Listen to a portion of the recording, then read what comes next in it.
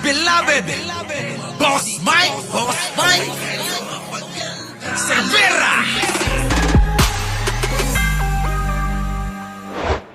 Pwede na natin ito umpisan, mga kababayan. Nako!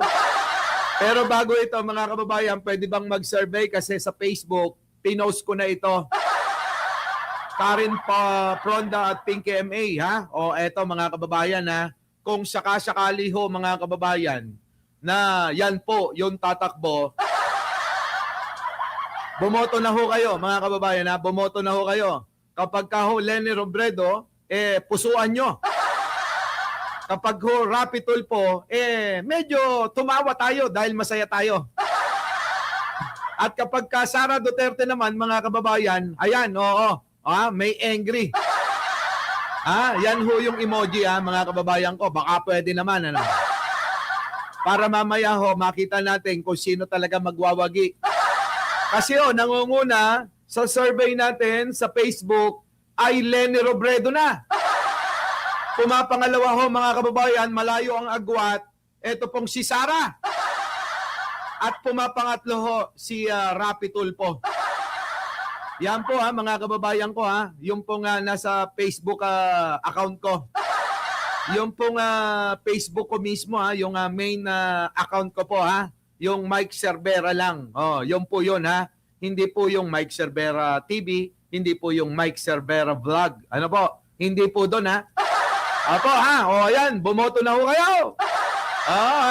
Eto ho, mga kababayan ko. Dito ba kay Leni? Puso. Kay Rapi Tulfo, tawa. Dito kay Sara, medyo lagyan nyo naman ng angry siya.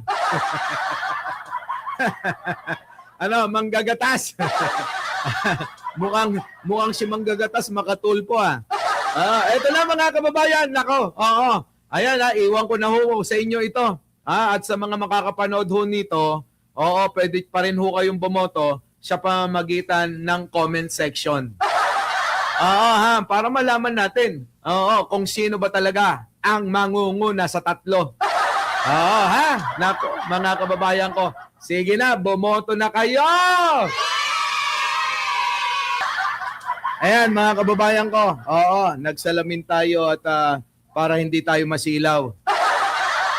Kasi yung ilaw rito, mga kababayan, napakarami. Sabayan nyo pa yung sinag ng araw.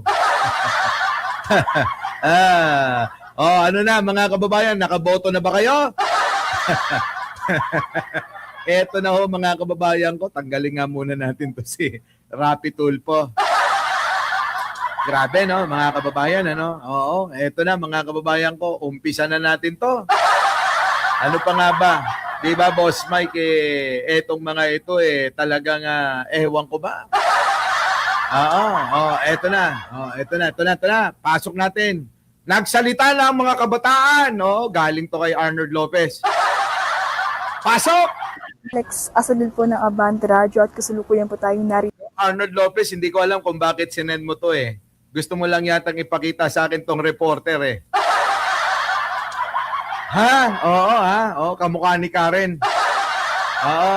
Yung sa commercial ng McDonald's. Ito para sa paborito kong apo kay Karen. Ay tiyang, Ito na. Nagsalita na ang mga kabataan, mga kababayan ko. Pakinggan natin ang boses ng kabataan. Mga kababayan, mainstream ito, mainstream, hindi po independent lang ito, eto na. Kaabante, Alex Asalil po ng Abante Radio at kasalukuyan po tayong narito sa University of the Philippines, Baguio para alamin ang reaksyon ng mga scholar ng bayan tungkol sa anunsyo ni VP Sara na siya ay tatakbo sa darating na halalan 2028. Ayan, mga kababayan, ito ay galing sa Abante News. Opo, ito po ay sa Abante News galing, hindi po kanino lang, pakinggan natin ang tinig ng mga kabataan. Siyempre, nakakadismaya pero in-expect talaga natin na tatakbo ulit si Sara Duterte sa pagka-presidente ngayong 2028. Bakit? Ano bang expect natin kung hindi dagdag pananakot tsaka siyempre impunidad para sa kanya at sa kanyang mga crony. Aha. At alam din naman natin na Nako. yung pagnanakaw niya sa kaban ng bayan ay Nako. magpapatuloy lamang. Yung Oo. pag-aagawan nila Sara at saka nila Marcos sa kapangyarihan sa gobyerno, magpapatuloy lang din dito kasi sa tingin natin magre-retaliate si Sara against Bongbong, and of course, magpapatuloy din yung disinformation and fake news. Kita nyo mga kababayan ko. Alam nyo, sa totoo lang, ganitong pangangatwiran ang gusto ko. Sana man lang yung mga DDS pag nag-comment dito, ganito. Kahit man taliwas sa mga sinasabi ng mga to. Kaso mga kababayan, yung mga comment talaga, halata mong DDS talaga, no? Iisa lang mga kababayan laman ng ulo. Kung hindi sabihin mga kababayan na bangag, adik, di ba? Bayaran. Yun lang ang alam mga kababayan. Hindi nila alam yung kampo nila nagbabayad. Di ba mga kababayan? O, pakinggan pa natin, baka naman may maligaw rito na sumang-ayong kay Sara Duterte nyo. O, mga DDS, bumoto na kayo ha. Oo, umpisa yung botohan. Baka akala nyo masyadong maaga lang si Sara. Kaya naging maaga yung pagsasurvey natin. Eto na, mga kababayan ko. Po sa pagtakbo ni Sara, I think na hindi na po siya naging effective as a vice president. Why? Sara, ang sakit niyan. Akala mo ba yung mga kabataan hindi nakamatsyag sa mga ginagawa mo? Ayan kita mo, hindi ka na daw sabi dito. Pakinggan nyo ulit. Magpapatuloy din yung disinformation and fake news. Regards po sa pagtakbo ni Sara, I think na hindi na po siya naging effective as a vice president. Why? Hindi ka na daw epektibong vice president, tatakbo ka pang presidenteng kulang na lang sabihin nila, tatanga-tanga ka. Bobo ka na ngang vice president, gusto mo pang maging president? Diba? Aray ko.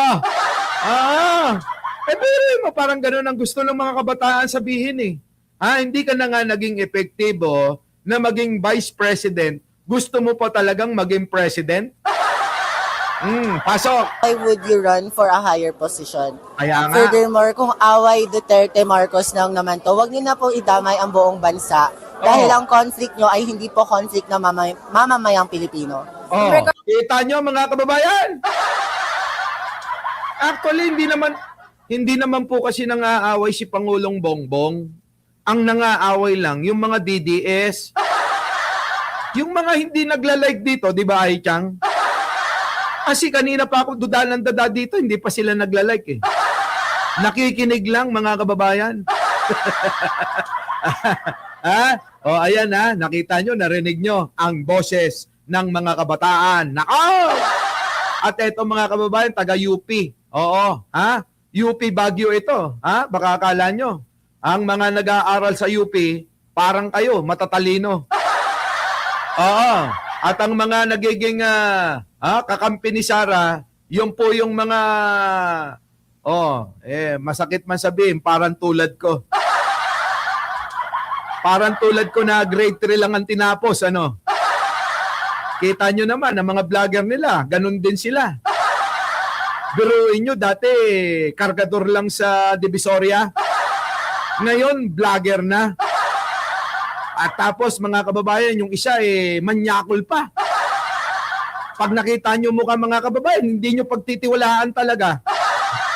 Eto na, ano ang sabi ni Nene? Pasok! Regarding sa pagtakbo, sa pag-announce ni Sara Duterte ng pagtakbo niya for presidency 2028, given her track record, for me, sobrang nakakadismaya. Aray ko, Sara! Nakakadismaya ka daw! Tapos sasabihin nyo? Ano? Magaling si Sara? Oy, mga kababayan ko, kahit na ipantapat nyo tong kabataan na ito, sa mga vlogger nila, piliin nyo na sila. Mula doon sa grupo ni Banat Bay, kita nyo naman, bukod sa mga pangit na, wala pang laman ang ulo nila. Kaya nga si Sara doon lang nagpapa-interview sa alam niyang mas matalino siya. Tama, mga kababayan ko? Tama? Magpapa-interview ba si Sara sa mas matalino sa kanya? Hindi. Kaya nga yan hindi kaya nga yan hindi nagpapa-interview at nagpapa-unlock. Di po nagpapa-unlock ng mga katanungan sa mga press con niya. Kaya syempre pipiliin niya. Oo. Pipiliin niya na sila Banat Bayat kayong kasama. Para mga kababayan, para magpa-interview kasi alam niya mas matalino siya doon sa mga magtatanong sa kanya. Oh. Gets nyo mga kababayan? Gets nyo? Pero dito mga kababayan ko, itong mga kabataan na to, pakinggan natin. Mamamayang Pilipino. Regarding sa pagtakbo, sa pag-announce ni Sara Duterte ng pagtakbo niya for presidency 2028, given her track record, for me, sobrang nakakadismaya. Track record mo, nakakadismaya daw, Sara. Putik na yan, yung mga anak nyo, ang tatalino Di ba? Ganitong utak, mga kababayan, ang kailangan ng ating bayan. Kita nyo, ang gagaling. Na ganun yung naging desisyon niya. Kasi for me, disservice na siya and disrespect siya. Disservice.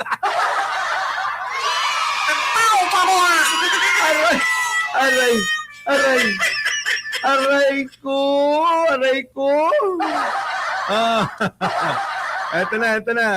Sa masang Pilipino na hindi natugunan ng maayos yung mga pangailangan sa ilalim ng pamumuno ni Sara Duterte. Ay, nako, aray ko. Wala ka raw natugunan, Sara. Wala kang natugunan sa pangangailangan ng mamamayang Pilipino, sabi ng kabataan. Grabe, mga kababayan ko, Tandaan nyo, mga kababayan ko, dito kay Sara Duterte na kinita ko na walang kakainin tong mga bata maliban lang sa mga babayaran nila gamit ang pondo galing sa di umano'y illegal na sugal na pogo at sa droga. Kita nyo mga kababayan, yun lang yung makakain ni Sara. Sara, nakakahiya ka, mga bata, At pati na rin yung mga katiwalian na nangyari under her term. Kita mo? Yung mga katiwalian daw na nangyari under your term. Putik na yan, nauna ka pang magdeklarang tumakbo kaysa sagutin yung mga inaakusa sa'yo. Hindi ba dapat mga kababayan ni mauna yung mga inaakusa na sagutin niya at linawin niya para sa pag-aanunsyo na tatakbo siya, wala nang ibabato pa. Dahil nasagot na sana. Kaso nga mga kababayan ko hanggang sa ngayon, nakapagdeklara ng tatakbo. Pero yung mga inaakusa sa kanya, hindi pa rin niya nasasagot tulad ni Mary Grace Piatos. Paano na? At nagsasaya na ang mga kakamping. Dahil nga po mga kababayan, sa pagbisita ng ating Pangulong Bongbong diyan po sa Naga City. Alaka. Anong kasiyahan yan, Boss Mike? Surprise natin yan mamaya na. Unahin na muna natin mga kababayan yung mga kabataan na nagpapaliwanag patungkol kay Sara. At talaga naman tumutulig sa napakaaga, sa maaga na pagdideklara na pagtakbo niya. Kita nyo mga kababayan, ang gaganda nila. Eto. Anunsyo ang Vice President. Ayan mga kababayan ko, Kita nyo naman ito. Chika Bebe mga kababayan. Ano sabi rito ng batang ito? Itong Chika Bebe na to. Na ganito yung mga paboritong pinapanood wag na. baka may mag-away dito. Eto, pakinggan nyo Siyempre mga kababayan, alam nyo naman ang mga DDS, di ba? Kapag may mga nagpapaliwanag patungkol sa katotohanan at kanilang mga opinion pananaw, sa pagdating sa politika, lalong-lalo na sa pananaw nila kay Sara, at pag naging negatibo, binabash nila. Pero dito mga kababayan ko, matindi to Matapos mag-anunsyo nito, binash ng mga DDS mga kababayan ko. Ang ganda ni Ren Escanio. Naglabas ng salubin tungkol sa pag-anunsyo ng Vice Presidente na si Sara Duterte aka Mary Grace Piatos. Ano yun? Matapos mag-anunsyo ang Vice Presidente na si Sara Duterte, natatakbo umano ito bilang presidente ngayong darating na halalan 2028, ay naglabas ng saloobin ang Viva artist na si Ren Escanio. Sa naging post nito sa kanyang social media ay sinabi nito na di na nga nagawa trabaho niya as DepEd Secretary, lakas pa ng amats tumakbo bilang presidente. Ay, naka! Aray ko!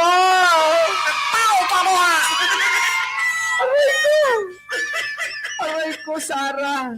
Yung mga magaganda, yung mga kabataan. Eto, pakinggan yung mga kababayan ko. Aray ko. Sabi dito sa post, di nga nagawa, trabaho niya, siya DepEd Secretary, lakas pa ng amats, tumakbo bilang presidente. Ay, nako!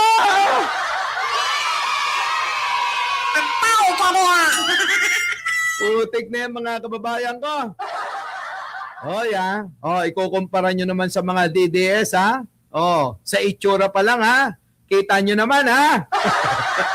Sabi rito ni Ren Escanio na binabash ngayon ng mga DDS, mga kababayan ko, eto, di nga nagawa trabaho niya sa DepEd Secretary niya, lakas pa ng amats tumakbo bilang presidente. Talinuhan natin sa halalan 2028, maawa kayo sa Pilipinas. Eka! Nako!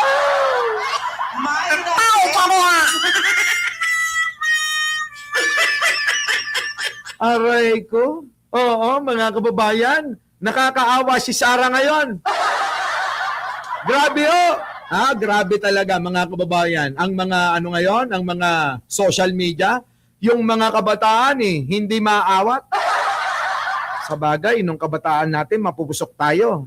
Kahit sabihin pa ng nanay, tatay natin, wag kang lalabas. Lalabas talaga tayo. Di ba? Pag sinabi nga, wag kang aalis, aalis pa rin tayo. Gagawa talaga tayo ng paraan para mapuntahan yung ating, Di ba? Ganun ho ngayon ng mga kabataan. Ang kanilang mga interest ngayon, ay yung kanilang mga kinabukasan. Kaya hindi na ho nila hindi na po nila lilihim pa yung kanilang mga dinadalang mga opinion at pananaw. Kaya dinadaan sa social media. At talaga naman mga kababayan, kung inyong susuriing maigi, yung mga pananaw ng katulad ni Re, mga kababayan ko, talaga namang may punto Ano po? May punto. Grabe mga kababayan ko. Di nga nagawa trabaho niya as DepEd Secretary, lakas pa ng amats tumakbo bilang presidente. Palinuhan natin sa halalan 2028. Maawa kayo sa Pilipinas. Grabe kita nyo, daming views. Kita, ulitin mo, Boss Mike, ulitin natin itong magandang babae na to. Sabi ni Aichang ko, konti pa lang daw yung nagla-like sa inyo. Mga DDS, mag-like na kayo. Huwag nyo nang ipagkait yan. Darating naman ang panahon, talunan kayo.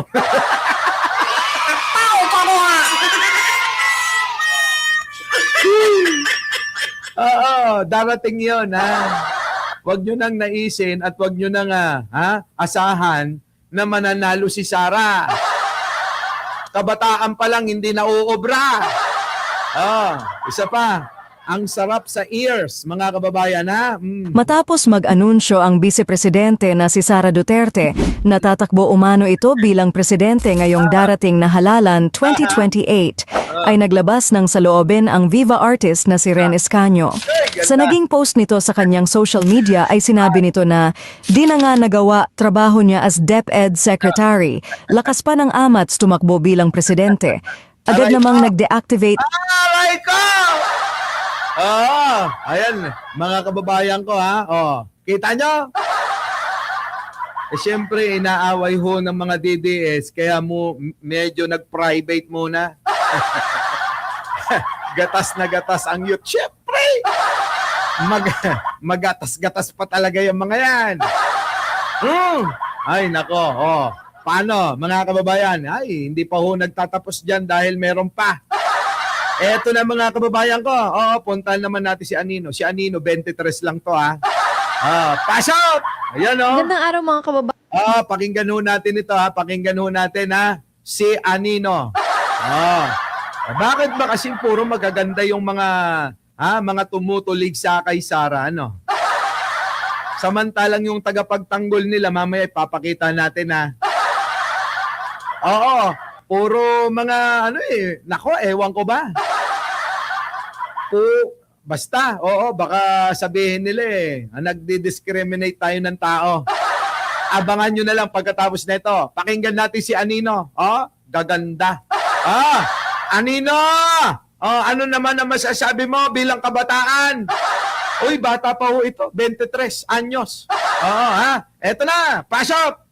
Magandang araw mga kababayan ko, and for this video ay bibigyan ko ng reaksyon yung deklarasyon ni Vice President Sara Duterte sa pagtakbo o pinaplano niyang pagkandidato for presidency sa 2028. But before anything else, gusto ko lang bigyan ng pansin itong mga comments na ito. Alam niyo po ba, kasi I get this all the time. Sobrang, ewan ko ba, kapag ka DDS, tapos nag-comment dun sa aking mga videos, ito yung palagi nilang kino-comment. Nabayaran daw ako. Na-troll daw ako. Na magkano daw bayad sa akin, ganyan. When in fact, kung magpapabayad din lang ako, di doon na tayo sa mataas, di ba? Balita ko. Doon daw sa kabila, ang laki daw ng bigayan. May pakondo pa nga daw. Ay! At yung mga pucho-pucho na vloggers yan. Grabe siya, talaga, totoo. Hindi pa, Benji Bernardo, single yan. Stricto ang parents niyan.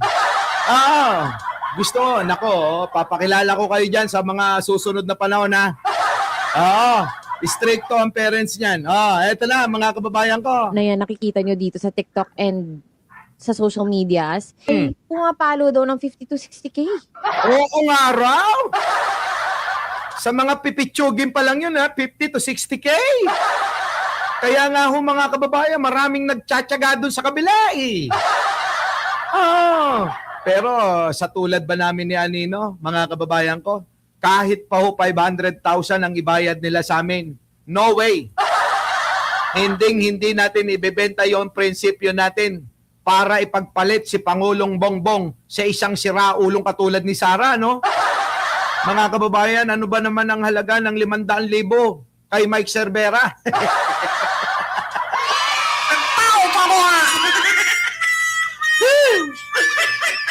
Diba? Nagpapautang nga tayo ng milyon-milyon. Yan pa kaya, mga kababayan, hindi natin kailangan yan. Dahil mga kababayan, nandito tayo para ipagtanggol ang katotohanan at para sa mamayang Pilipino, para sa bayan at para sa mga ninuno nating mga bayaning nagbuwis ng mga buhay. Di ba? Anino, tuloy mo. Sa kapalaman siyan din yun. Sayang naman, di ba? Pero ako kasi... Para sa mga Anino, para dun sa mga patay gutom. Kita mo naman, mga kababayan ko, tignan yung mga itsura nun. Pagkain nga lang, pinag-aagawan pa. Di ba? Di ba mga kababayan? Tuloy. Maprinsipyo akong tao. Yan. So, I'd rather na hindi ko kitain yun. Pero ma-share ko sa inyo yung hindi fake news. Naman. Yung katotohanan. Correct. Because what I am saying sa lahat ng mga videos ko and sa vlogs ko, ay pawang katotohanan lang. It came from a verified source. Yung mga Correct. sinasabi ko sa inyo, kinikwento ko, it came from people who are directly involved. So, wala ditong toksyetan, wala ditong pambobola. At hindi marunong mambola yan, mga kababayan. Hindi marunong mambola. Ba't ko naman kayo bubulahin? Correct. Wala naman ako nakukuha dito.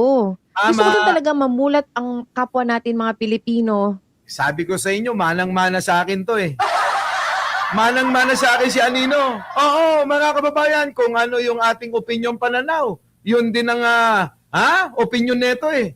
Hindi nyo mababayaran ng kanyang prinsipyo. Pasok! Sa katotohanan kasi, grabe na yung fake news. Alam niyo, sa totoo lang, kaya ko din ginagawa to is because of the fake news na kumakalat. Minsan pambabalahura na sa Oo. presidente. Correct, yan ang hindi natin papayagan, Anino. Yung bastusin nila, yung ating Pangulo, gwapong-gwapo. Tapos sasabihin nila, kamukha ni Digong. Hindi ho yung mukha, kamukha ni Digong na nag-a-addict. Eh si Digong, aminadong nag-a-addict. Si Pangulong Bongbong, hindi yun. Di po ba mga kababayan ko? Shoutout po sa magliliman-libo ng viewers. Di ba? Correct talaga to si Anino, Ron Reyes. Tuloy. Ako kasi talaga pro-government ako. Even Di ba mga kababayan ko? nakaupo si Duterte, I support him kasi siya yung Ayan. nakaupo at nirerespeto ko na siya yung hinalal ng mga tao bilang presidente ng Pilipinas. Dapat naman talaga. Totoo naman ho eh. Nung panahon ni Duterte, tahimik tayo kasi hinalal ng tao. Hindi tayo nagsasalita against sa kanya. Bakit? Pinili ng taong bayan, mga kababayan ko. Tapos gagawin natin yung ginagawa nila ngayon? Palibasa ang mga Duterte patay gutom sa kapangyarihan. Kaya kahit tapos na, nabusog na, kumain na, nilamot na nila lahat ng kwarta, aba mga kababayan, gusto pa. Walang kabusugan sa kapangyarihan, kayamanan at nakaw na pera. Ganun ho kasi ang mga Duterte. Hindi na ho nila nirespeto si Pangulo eh. Tapos magpapabiktim sila ngayon. Di ba? Pabiktim sila mga kababayan ngayon na para bang sila pa yung inaapi. Samantalang eleksyon pa lang inumpisa na ni Duterte. Eleksyon pa lang sinisiraan niya na yung Pangulong Bongbong Marcos. Pinansin ba siya ni Pangulo? Hindi. Nanahimik yung Manong Bongbong natin. Hindi nagsalita. Tapos mga kababayan, nanalo na't lahat-lahat. Hindi pa na tauhan yung matanda. Biruin nyo, papaliwanag ko lang mga kababayan ko. Umpisa pa lang ng eleksyon, sinisiraan mo na. Natapos ang eleksyon, nanalo na, ibig sabihin, hindi ka na epektibo, hindi ka na pinakikinggan ng mga tao, at ang gusto si Pangulo talaga, hindi ka pa rin natauhan, Hindi ba dapat tapos na? Tapos na kasi tapos naman ng halalan, nakapili ng taong bayan, irespeto na natin yon. Katulad ng dating pag-respeto ng mga tao sa iyo. Pero kami, dahil nga nanalo ka, nanahimik kami kahit ayaw namin sa yung hayop ka. Di ba? Ayaw namin dyan kay Duterte pero nanahimik lang kami kasi pinili ng tao. Nire-respeto namin hindi lang siya kundi yung kagustuhan ng maraming Pilipino. Pero mga kababayan, pagtungtong ni Pangulong Bongbong, anong ginawa nitong hayop na matandan to? Siniraan niya, eleksyon pa lang. Nakaupo na, pinagplanuhan na kung paano aagawin nila yung pwesto niya. Patuloy-tuloy na niyurakan ng pagkatao ng isang Bongbong Marcos. Kung ano-ano ang inaakusa ng mga hayop na yan. Kasama itong mga fake news peddler nila tulad ni Celes, ni Sonsa, ni Bingot, ni Labanat Bay at ni Maharlika. Naalala nyo ba yan? Ganun ang kwento, huwag nyo kakalimutan. Patuloy-tuloy hanggang inikot na nila buong mundo. Pinunta ng mga OFW para siraan si Pangulo. Kita nyo ho, mga kababayan ko, ang tindi. Na sumagot ba ang Pangulong Bongbong? Hindi ho, nanahimik lang. Hinayaan lang. Dahil naniniwala siya, malaya tayo na pamamahayag. Pero mga kababayan, sobra-sobra mga kababayan yung kalayaan na ginawa nila. Diba? Kita nyo ho, mga kababayan ko? Ganon ang ugali ng mga Duterte. Mga hayop yan. Dito na tayo. Dahil nga dyan, wag na nating ituloy. Tuloy natin. Sige, pakinggan natin si Anino. Ngayon, bakit ito kay PBBM?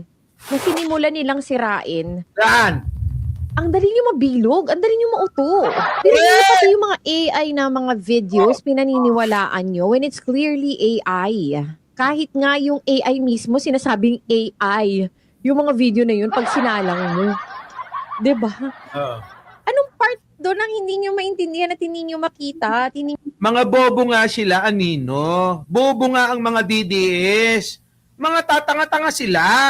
Kaya hindi nila maiintindihan yung salitang AI. Kasi sabi nga ni Nyulo, IE yung alam nila.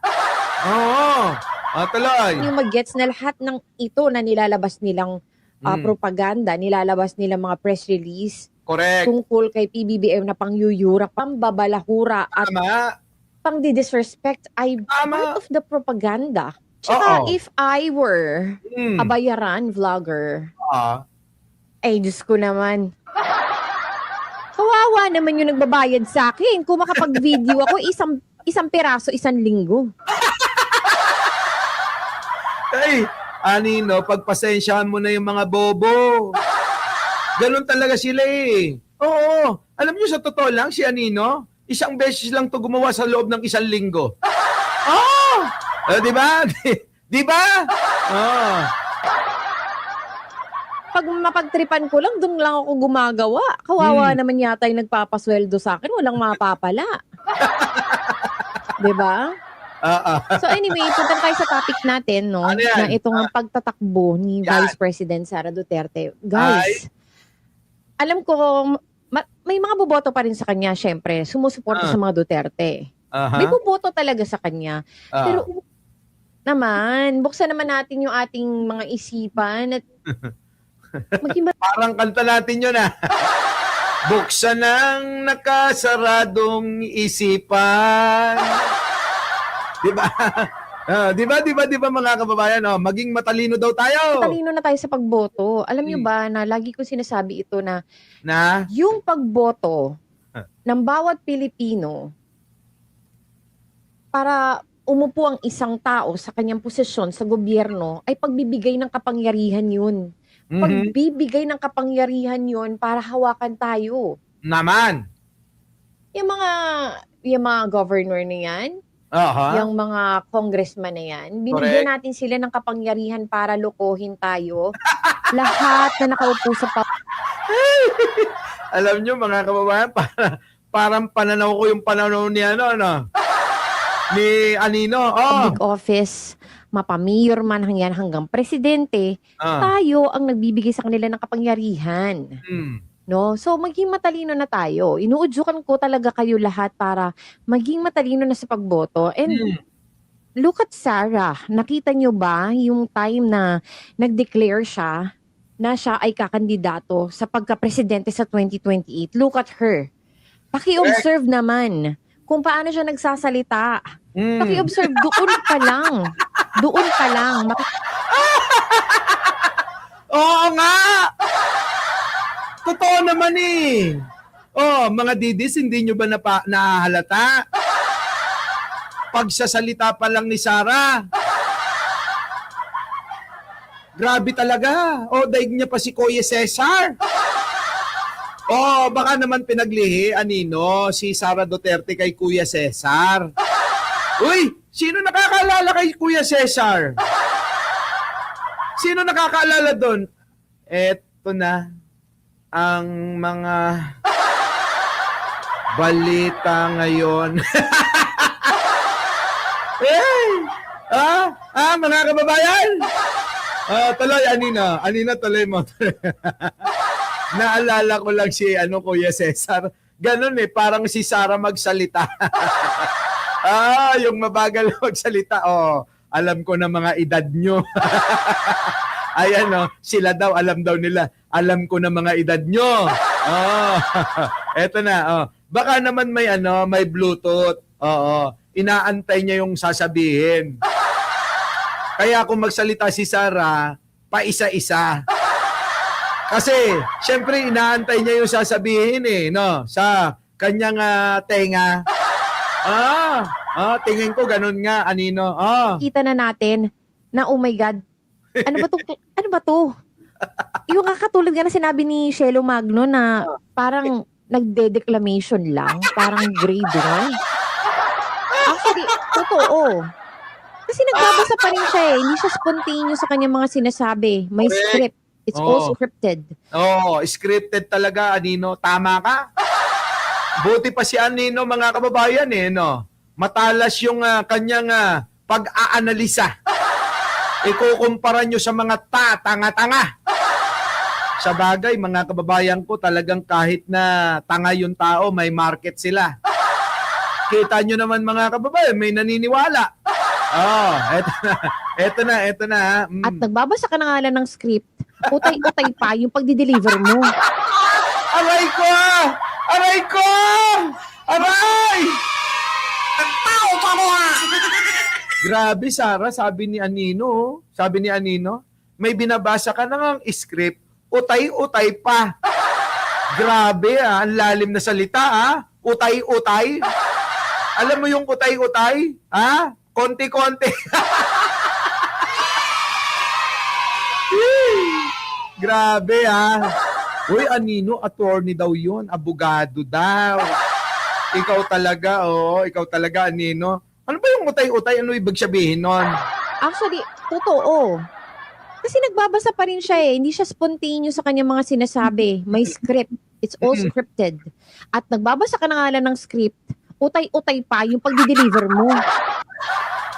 Gusto ko yun! Gusto ko yung salita ni Anino na yun, utay-utay pa! Yung pagdi-deliver mo ng mensahe mo, Sarah! Grabe, mga kababayan? Paano ka harap niyan sa summit at international meetings kung sakaling mahalal ka bilang presidente? Kaya nga, nakakahiya, Sarah! Dala-dala mo ang bansang Pilipinas at mga Pilipino, tapos haharap ka sa international summit, ganyan ka magsalita. Putik na yan, Kailangan yata singlaki ng billboard ni Kibuloy yung basahin mo para kitang-kita mo. Ay, mga kababayan, pagka gumawa ng script ito, kailangan ilagay nyo sa malaking-malaking billboard para kitang-kita niya nang hindi na siya yung muyuko. Oy, sa mga tauhan ni Sarah, gawin nyo yon para hindi kayo napapahiya at hindi mahalata yung kabobohan niya. Paano? Ang ginawa ni Sarah, isang salita, tingin sa baba.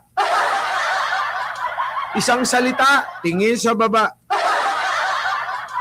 Makachamba ng mga kababayan kung dalawang salita yung ma-memorize niya. Grabe, no? Tanga talaga ni Sarah. Hoy, hindi lang ako nagsasabi. Kita nyo, pati mga kabataan, tuloy. Ano ka haharap sa mga presidente ng ibang bansa? Correct. Kung ganitong presidente natin, Diyos ko, nakakahiya, guys. Nakakahiya talaga. Nakakahiya daw, kinakahiya ka ni Anino. Sarah, nakakahiya ka raw, kinakahiya ka ni Anino. Hindi siya pang president kasi unang-una wala siyang star factor. Hindi siya kagaya ni President BBM. Yan! Tao pa mo ha!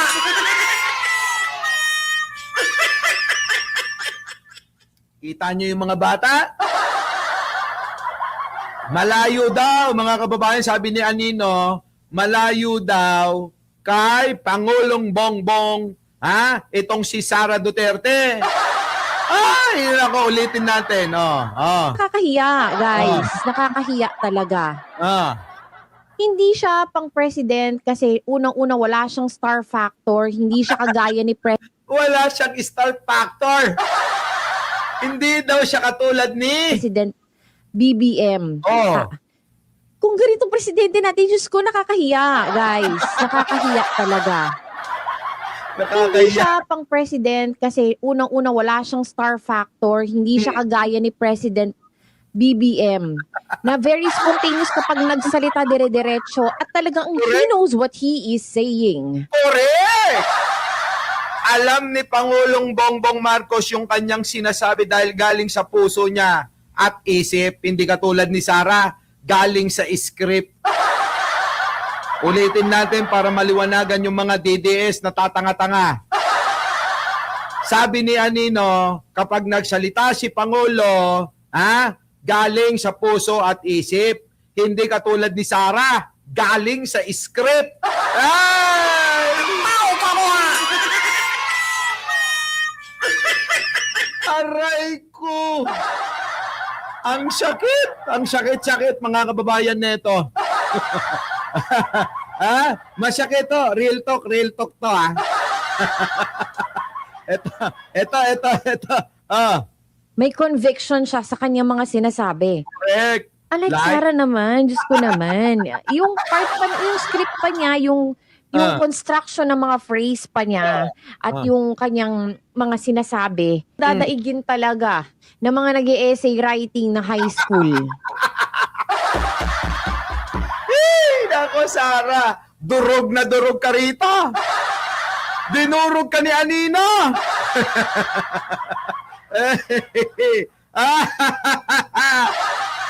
Grabe, no, mga kababayan ko, no? Sabi nga ni Anino sa akin kagabi, sabi ko, iboboto mo ba si Sara Duterte? Boss, paano ko naman iboboto yan? Mas matalino pa ako sa kanya. Kailan naman ako boboto nang alam ko na mas matalino ko sa iboboto ko?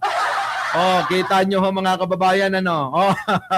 Sinunog, mga kababayan, si Sara dito, Hindi ko maintindihan ang mga Pilipino na bakit sobrang bulag ng karamihan sa inyo. Hindi ko nga alam, sabi ko nga sa inyo Hindi ko alam kung anong klaseng gayuma ang isinambulat ni Digong dito sa mga Pilipino na Hindi daw alam kung anong gayumang sinambulat. Ano yun? Ano yung sambulat, mga kababayan? Sa Ilocano ba yun? Impugsit? Yung ba yun? Isinambulat, impugsit. Parang pusit. Tuloy! na patuloy na naniniwala sa kanya despite na nalalabas na nga ang kanilang mga kalokohan sa publiko. Diba? Hindi ko alam kung anong klaseng mga tao pa ba ang mga followers nito? O tao pa ba? O ano? Ay, grabe ka, Anino, Uy, hindi daw alam ni Anino kung tao pa raw ba kayong mga taga-suporta ni Digong. Ano ba talaga kayo? Tao o mga demonyo? Maligno, laman lupa, tikbalang, kapre, manananggal, o aswang? All of the above. Pau ka niya! Eto na. Walang sino man ang gustong niloloko sila. Correct. Diba now, all the evidences has been laid. Correct. Pinakita na sa inyo kung paano tayo ginagago ng mag-amang yan. At hindi Tama. lang siya, lahat silang magkakapatid may ginagawang kalukuhan. Correct. Sa totoo lang, hindi ko talaga magigets ang takbo ng utak ng mga DDS, no? Tama. Tapos, kumakipagbardagulan pa sila online. Like, asan ang pinag-aralan ng mga to? Manang-mana talaga sila sa mga sinasamba nila. Kita nyo? Hindi mo alam kung may mga pinag-aralan, baka wala. Anino, baka wala. O baka wala talaga. Oo. Kung ano lumalabas sa bunganga ng mga sinasamba nila, yun na rin yung lumalabas sa bunganga nila. Di ba? Guys, ito na lang isipin nyo, saan pupulutin ng Pilipinas pag naging presidente si VP Sara? Magnanakaw at magnanakaw lang yan. Now, alam naman natin, ito si VP Sara, maraming mga questionable aspects. Correct. At nahaharap nga ito sa impeachment. Correct. Na maraming katanungan ang hindi niya kayang sagutin. Correct. 'Di ba? Panluloko to sa bawat mamamayang Pilipino. Maging matalino tayo sa pagpili ng mamumuno dito sa bansa. Huwag natin bigyan ng kapangyarihan tong babaeng to para umupo sa pinakamataas na posisyon sa gobyerno. Yun lang. Ang galing mo, Anino. Nadali mo. Pau ka niya! Nadali ni Anino, mga kababayan. Nadali. Our beloved